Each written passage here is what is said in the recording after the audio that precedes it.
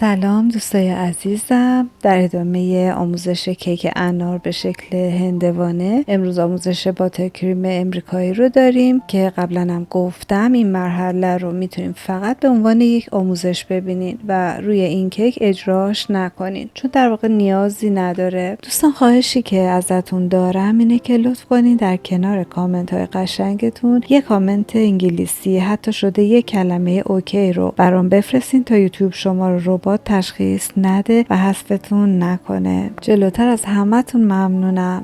اینجا 170 گرم کره همدمای محیط رو داخل کاسه همزن میریزیم. اجازه میدیم 1-2 دقیقه کره زده بشه. یادتون باشه کلا در حین کار 1-2 بار مواد رو با لیستک به وسط همزن منتقل کنیم. بعد سرعت رو کم میکنیم. پودر قندی که خیلی باید لطیف باشه و الگ کرده باشیم قاشق قاشق با فاصله های کوتاه به کره اضافه میکنیم. وقتی پودر قند تموم شد سرعت همزن رو بالا میبریم، 2-3 دقیقه میزنیم تا کمی مواد روشن‌تر بشن. حالا 1 قاشق چایخوری وانیل مایع اضافه میکنیم. بعد مخلوط 25 گرم شیر و 2 قاشق خامه رو اضافه میکنیم. حالا با سرعت متوسط رو به بالا 2 تا 3 دقیقه دیگه میزنیم. بعدم که دیگه رنگ دلخواهمون رو اضافه میکنیم و در حد مخلوط شدن رنگ که زدیم آماده است.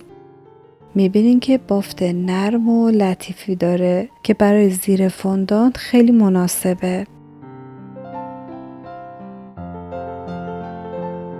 حالا باتر کریم رو با قیف روی کیک میزنیم و بعد با پالت گرم باتر کریم رو صاف میکنیم. پالت رو یا میتونین داخل آب گرم بذارین بعد خشک کنین و روی کار بکشین یا میتونین روی حرارت گاز یه مقدار گرمش کنین بعد روی باتر کریم بکشین. فقط مراقب باشین خیلی داغ نشه که کره رو آب کنه. اگر خواستین از این باتر کریم برای درست کردن گل استفاده کنین شیر رو از دستور حذف کنین.